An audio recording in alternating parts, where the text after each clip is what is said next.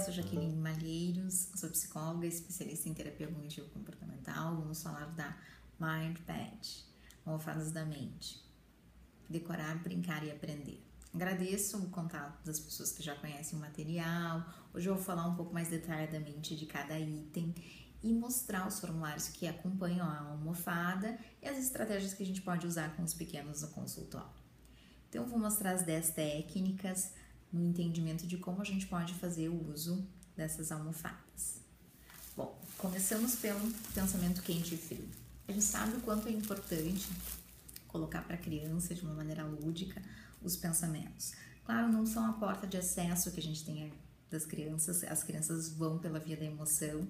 Então, quando a gente já coloca o que passa na sua cabeça, né, o que passou, ou o que você acha que seu amigo pode ter pensado, faz com que a criança consiga tentar imaginar como é os pensamentos e como funciona. Então, essa estratégia do pensamento quente e pensamento frio é para mostrar para a criança que muitas vezes o pensamento vem e ele tá ali, né? E não necessariamente a gente já precisa pegá-lo, já usá-lo. Então, a gente tem que deixar esfriar, respirar, avaliar bem e depois fazer uso desse pensamento.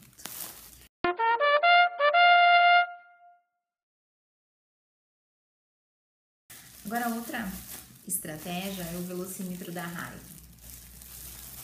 que é para mostrar para as crianças como a gente pode fazer o manejo da raiva. Então, a raiva tá aqui, né, no velocímetro, tá quase a 120, a gente sabe que não pode ficar a 120, então a gente vai ter que fazer baixar essa raiva, ter o manejo dela. Então, a criança também vai vendo quais são as questões que acionam essa raiva e como ela pode ter estratégias de manejo. Vejam o formulário.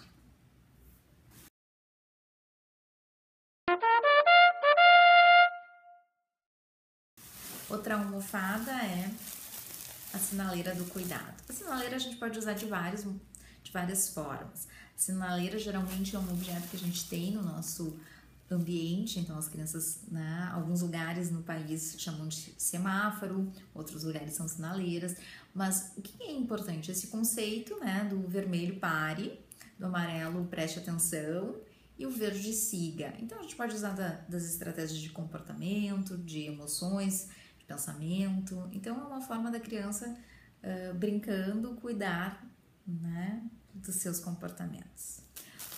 Veja o formulário.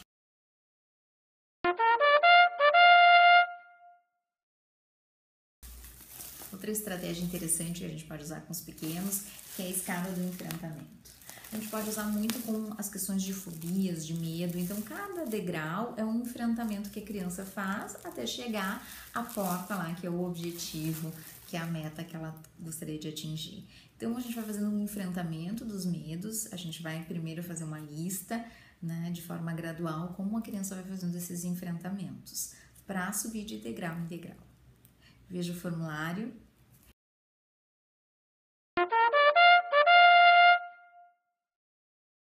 Outra estratégia que a gente já conhece em outro formato, que é a roda dos problemas. Eu mostro para a criança, então, que meu carro está com o pneu furado e esse é o meu problema.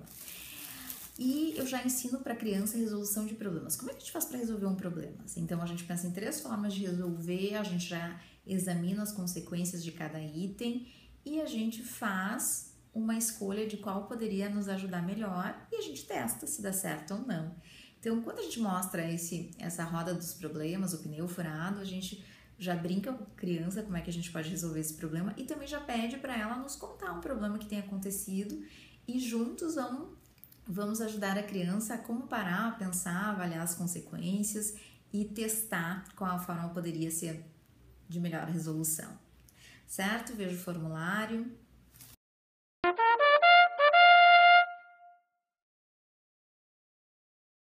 Outra estratégia é o relógio da rotina.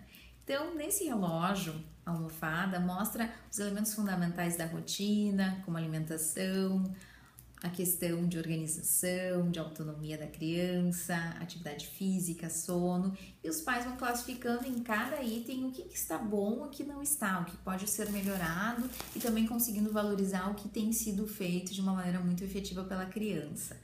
Então, né, ajuda a criança a qualificar e olhar de uma maneira os aspectos que não estão funcionando e também os aspectos que podem melhorar. Veja o formulário.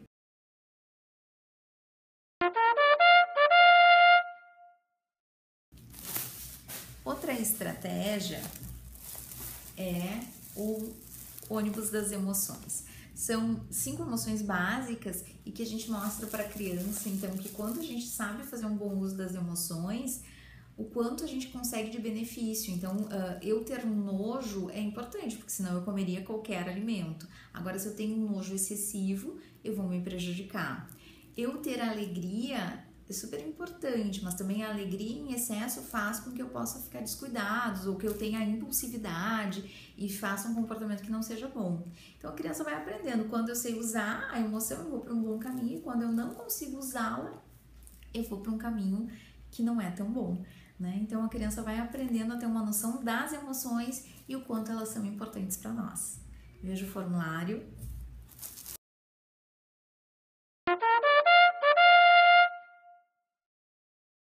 Outra estratégia é o espelho do comportamento. É super importante quando a criança chega no consultório e que os pais só conseguem visualizar o que não está funcionando bem no comportamento ou os problemas que a criança traz, e muitas vezes os pais não conseguem fazer um reconhecimento das suas capacidades que a criança tem, a capacidade de resiliência. Então a gente sempre traz isso à tona, mostrando para os pais que o problema é o comportamento, e nesse caso o problema é a sujeira que está no espelho e não a criança, que a criança tem os seus potenciais e tem as suas qualidades. Então, uma maneira de fazer, né, uma analogia, usando metáforas e mostrando para os pais a importância de olhar para esses 2 aspectos. Veja o formulário.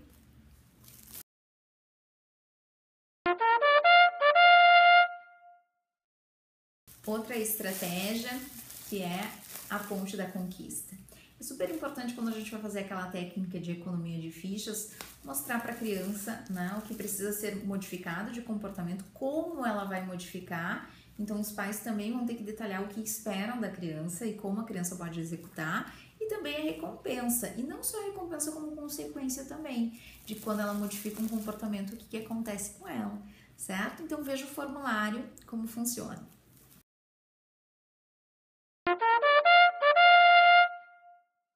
Outra estratégia é o caminho.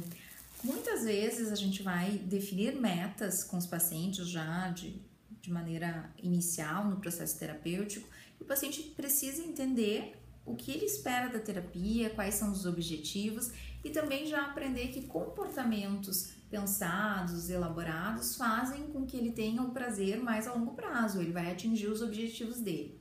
Muitas vezes comportamentos que são mais impulsivos e que não são pensados faz com que os pacientes podem ter prazer imediato, mas não leva para um bom caminho. Então, um exemplo, né? Uma paciente que tenha um medo social. Então, ela está na escola, ela pode querer modificar isso e fazer mais amigos, mas toda vez que ela fica retraída e não conversa com ninguém, ela vai para um caminho mais curto.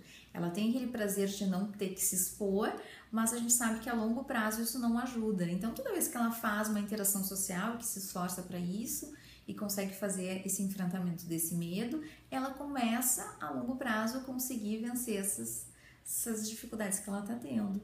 Então, é uma outra estratégia de mostrar para o paciente essas definições de meta e também mostrar as consequências das escolhas, certo? Veja o formulário.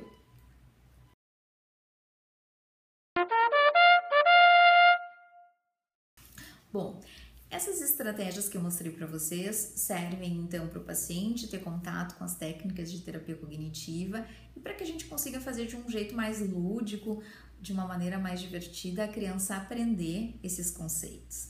A gente também tem a versão, né, da MindPad, as minis, que são pequenas, né, que tem o formato de um chaveiro. As crianças geralmente gostam muito das coisas pequenas, né, dessas miniaturas, então a gente pode ter no consultório também ou pode presentear o paciente. Bom, eu fico à disposição, obrigada pela atenção de vocês, um bom trabalho, cuidem dos seus pacientes.